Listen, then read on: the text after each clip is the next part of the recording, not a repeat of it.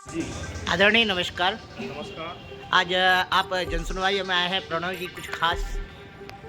मैं प्रणय गुप्ता, जिला न्यायालय खंडवा में वकालत करता हूँ। खंडवानी ग्राम का शिक्षक हूँ। हमारे यहाँ वर्ष 2022 में मसाया सोलर पावर एनर्जी का एक पावर प्लांट स्थापित हुआ।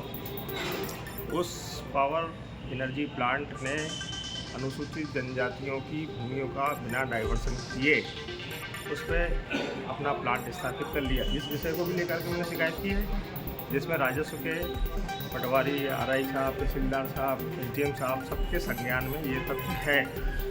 उस पर अभी तक कोई विधि अनुसार कार्रवाई नहीं हुई। दूसरा विषय ये था कि राजस्व के जो आम रास्ते होते हैं, जिनको हम गाँव की भाषा में गुहा बोलते हैं, उनके ऊपर पूरी संपत्तियों के ऊपर उन्होंने अवैधानिक रूप से कब्जा कर लिया। तीसरा विषय ये था पर्यावरण से जुड़ा हुआ।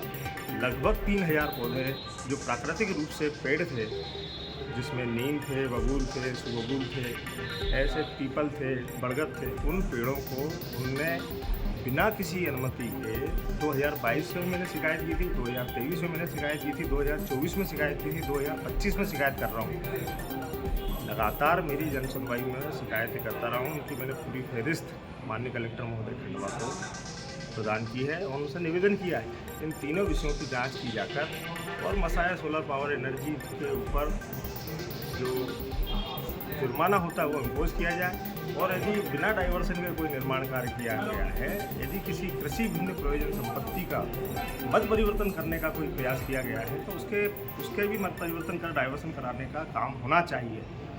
तीसरा सबसे बड़ा मसला यह है कि 600 एकड़ ज़मीन में 600 परिवार, 500 परिवार, 400 परिवार जो रोज़गार पाते, वो भी स्थापित हुए हैं। वो रोज़गार के अभाव में कहाँ जाएंगे?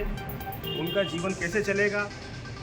सरकार ने स्वावलंबन और रोज़गार की व्यवस्था करना चाहिए और इस तरीके के प्राइवेट निजीकरण के प्लांट यदि शहर के क्षेत्र की कृषि भूमियाँ जिनसे लाखों टन गल्ला उत्पादन होता है, अनाज उत्पादन होता है, ऐसी भूमियों पर यदि इस तरीके का निर्माण कार्य करवा दिया गया तो निश्चित रूप से इस देश की बेरोजगारी पराकाष्ठा पर होगी। इन सब विषयों को लेकर मैंने और एक मेरी व्यक्तिगत भी समस्या थी।